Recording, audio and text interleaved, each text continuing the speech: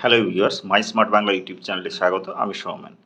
আজকে যে দুটো কোশ্চেন নিয়ে এসেছি, তো এগুলো কিভাবে সলভ করবেন তা আমরা দেখে নেব কুইক মেথডে। তো দেখুন, 48 আছে আর এখানে 4 আছে। 4:48, 7 কত হবে? তো আমরা এটা দেখছি, এটা কি সম্পর্ক। 4-এর স্কোয়ার কি 3 দিয়ে গুণ করলে কত হয়? 16×3 = 48। একই রকম 7-এর স্কোয়ারকে যদি 3 দিয়ে গুণ করি তাহলে কত হবে? 49 × 3 147। এটার ক্ষেত্রেও একই রকম, এই দুটো সংখ্যার মধ্যে যে রিলেশন, এই দুটো সংখ্যার মধ্যে একই রিলেশন হবে। তো আমরা জানি 512 মানে হচ্ছে 8-এর কিউব। 8-এর কিউব হচ্ছে 512।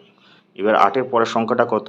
8 + 1 = 9। 9-এর কিউব করলে কত হয়? 729। তার সঙ্গে 3 যোগ করলে এটা আমরা পেয়ে যাব 732।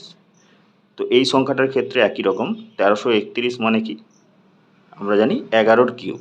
কতর কিউব? 11-এর কিউব। তাহলে 11-এর পরের সংখ্যা কত? 12।